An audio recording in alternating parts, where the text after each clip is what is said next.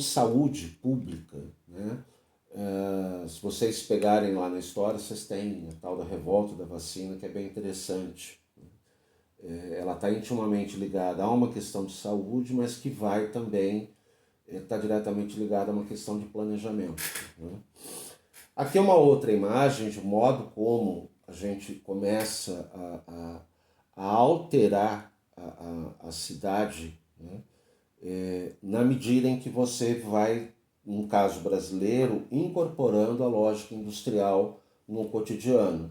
Aqui é um exemplo de São Paulo, mas que vai acontecer em Curitiba também, né? Que é a mudança dos cursos d'água, ou seja, é a ocupação, né, daquilo que até então o elemento natural estava presente, né?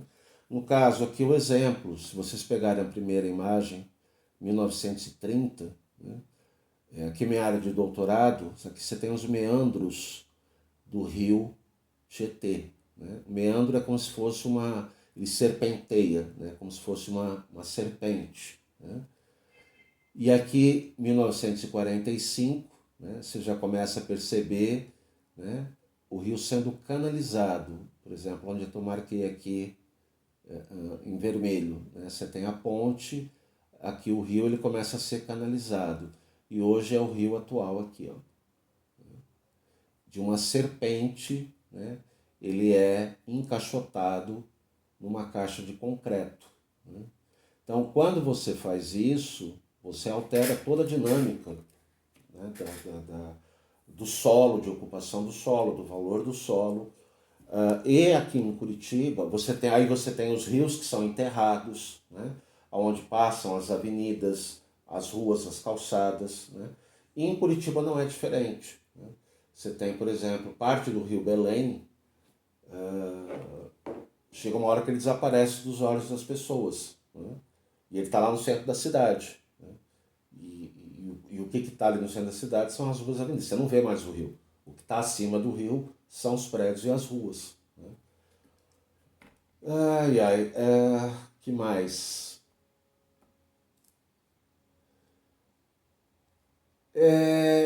Assim, para encerrar, um aspecto que acontece com esse modo de vida urbano que a gente tem a partir da Revolução Industrial e que é presente até o dia de hoje,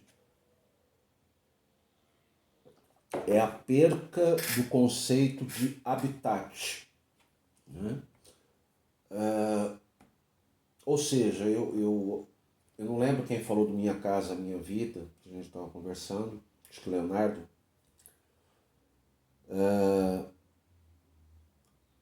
Leandro.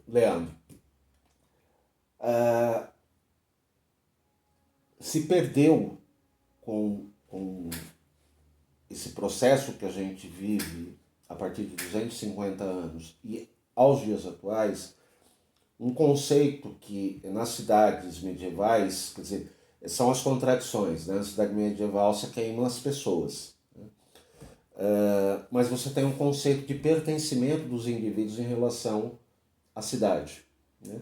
Que é o quê? É muito mais do que a lógica de eu ter o teto e as paredes me abrigando, né? É o conceito de habitat no sentido de pertencimento mesmo, né?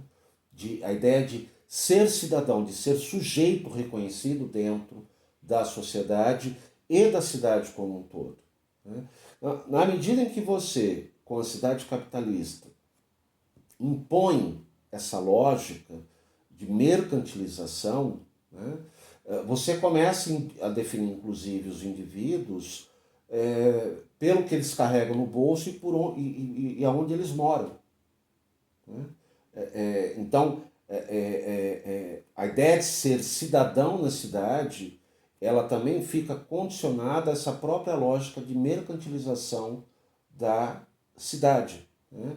A voz desses indivíduos junto ao poder público, ela vai ser distinta, né, na medida em que você é mais pobre ou mais rico.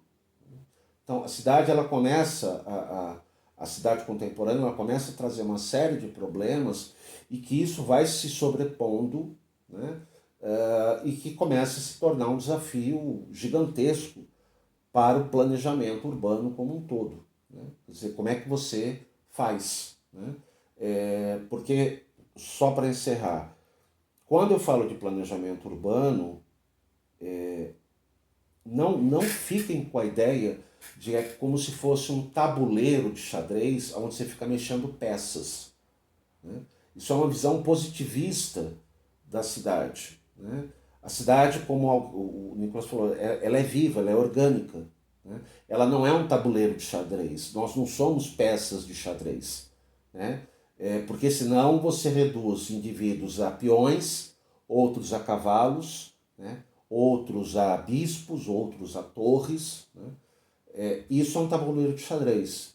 Só que você tem planejadores, e o grande mal do planejamento urbano no Brasil é esse, que entende que planejar a cidade é como se você estivesse fazendo um jogo de tabuleiro de xadrez. Então, basta você ficar mexendo as peças, né, para desenhar a cidade. O problema é que a sociedade é imprevisível. Então, nem sempre aquilo que o planejador imagina, ou seja, aquilo que ele idealiza, né, vai contemplar aquilo que efetivamente é o real. Certo? É isso. E aí